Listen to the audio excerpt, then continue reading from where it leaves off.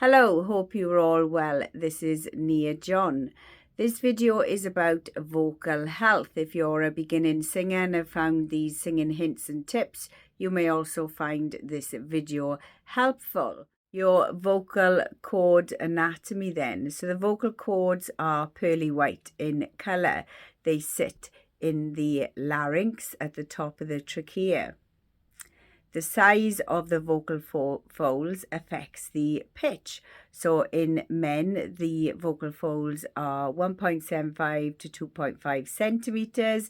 In females, they are 1.25 to 1.75 centimeters. Your vocal cords are open when you are breathing, and when you are singing or speaking, they come together to vibrate. The frequency then of the sort of tone of voice, the pitch you get from your vocal cords, is 125 hertz in males and to average about 210 hertz in females.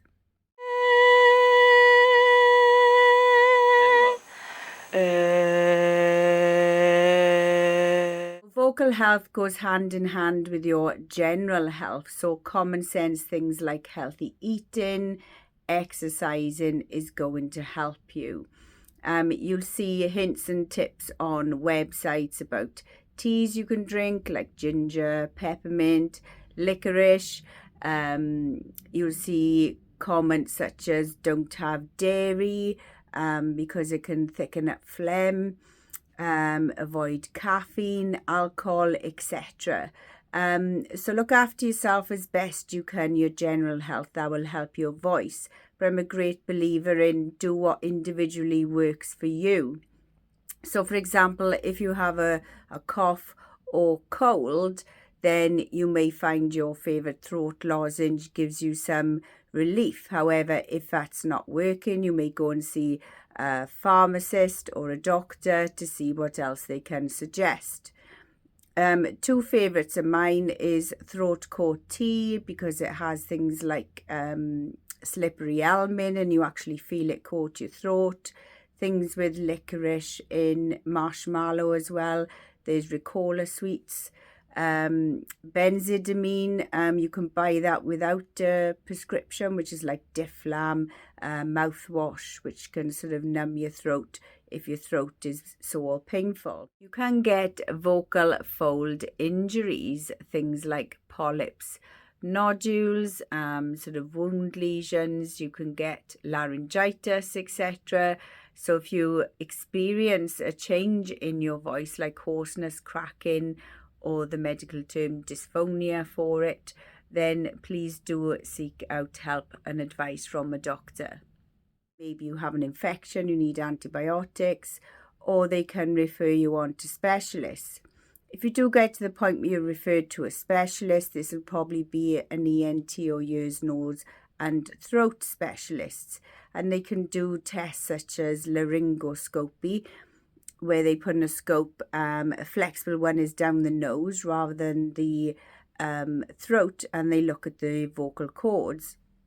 So they check if any redness, any inflammation, if there's any polyps, nodules, etc. And then they can advise you on the treatment for that. Some singers can suffer voice issues because they're actually suffering indigestion, because you can get sort of redness and inflammation with acid coming back up. So that's something to check as well. If you are suffering indigestion, then do see a doctor or pharmacist for some advice. Other useful people are speech and language therapists. Myself I had a nasty chest infection and laryngitis over 3 years ago, and thankfully I haven't been that bad since. And I actually paid private to see ENT and SALT, speech and language therapy. And I was advised vocal rest, and I done rehab exercises with a straw. Water, drink plenty of water, make sure you are well hydrated. And I know that's not telling you anything new, but it is so important. I actually have ice in my water when I am singing, probably because I'm a rock singer, and I'll talk to you about glottal onset singing in a moment. But any sort of redness, inflammation, or if you put your voice under strain or worked it hard, you may find that ice actually helps reduce any inflammation and that numbing effect. But it is not advised in literature during performances, or may sort of thicken your phlegm or whatever. But that is my go-to remedy, as well as throat coat tea. So I've mentioned straw exercises. So you can buy, if you want to pay the money for a special singing straw, or choose a straw. This is a metal straw, like a smoothie straw, and depending on the thickness of your straw is how much water you have in your glass. You want at least 2 inches of water in your glass. So I don't use straw exercises regularly. Some people swear by them, but I usually use it for vocal rehab after vocal rest. And sometimes when you are ill and your voice is affected, then you may have to go on vocal rest, which is can be quite upsetting. You may have to cancel venues, but it can be the best thing you can do for the long term. So let's have a go with the straw then. If you just breathe smoothly and slowly out through the straw, if you've never done this before, and you create bubbles.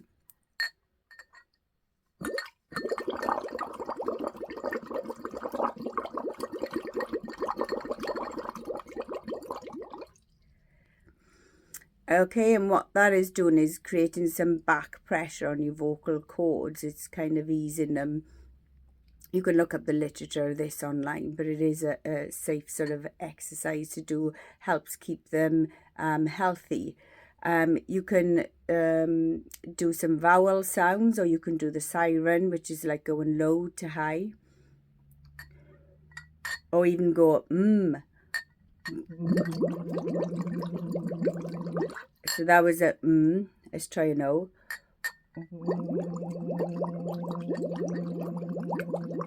An R. Oh. It is quite funny. You're supposed to go for longer than that, and you can repeat the exercise. So, for example, if you wanted to go through the vowels like ah, no, you would do a slow, steady breath and then repeat the exercise at least 3 times. And siren, I said, so that's low to high.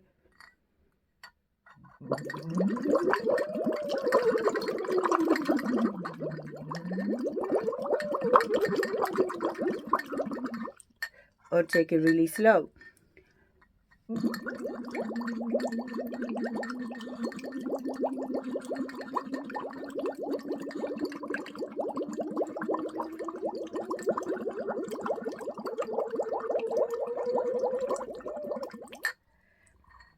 Okay, so I haven't done that for quite a while.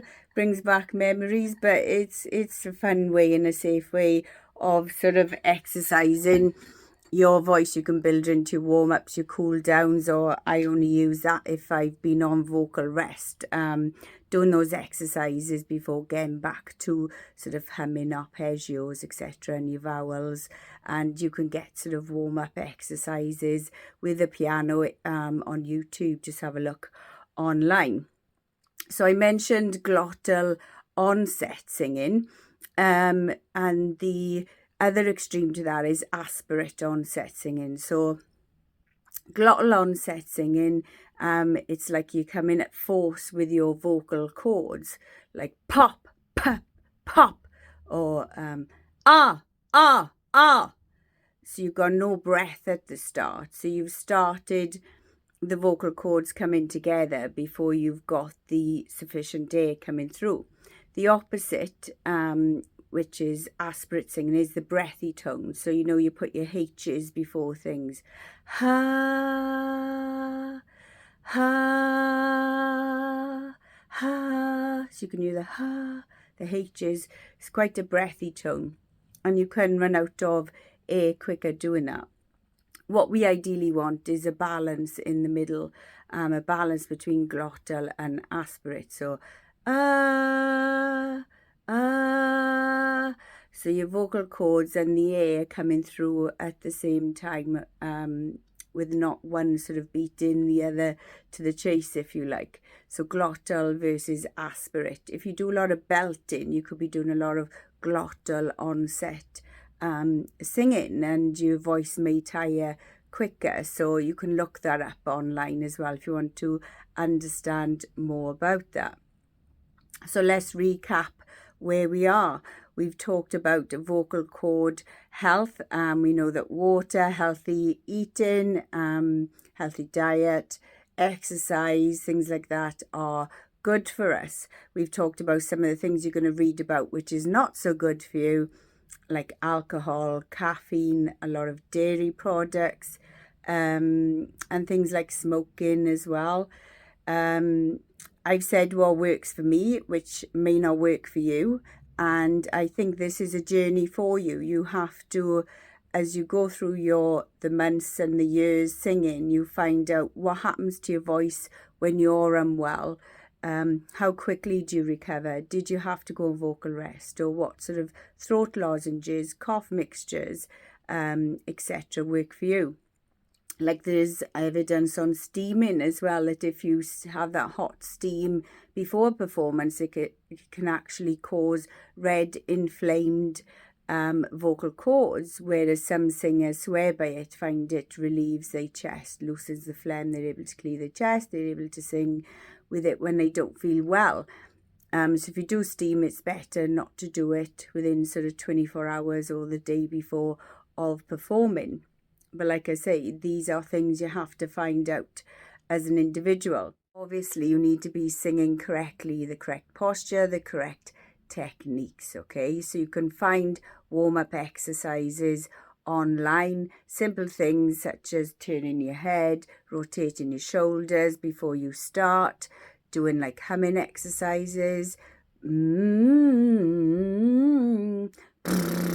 lip trills, etc. So you're warming up your voice. It's like a muscle that needs to be warmed up and worked, but then rested as well.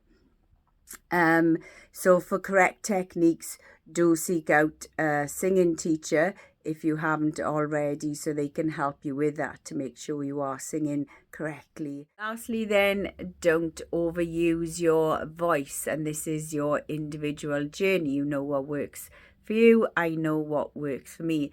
Actually, what works for me, which I found out at the beginning of my journey, was having those rest days where I am actually not singing. So you may want to incorporate rest days into your routine. Your vocal cords are like a muscle. They do need exercise, but you also do need to rest them as well.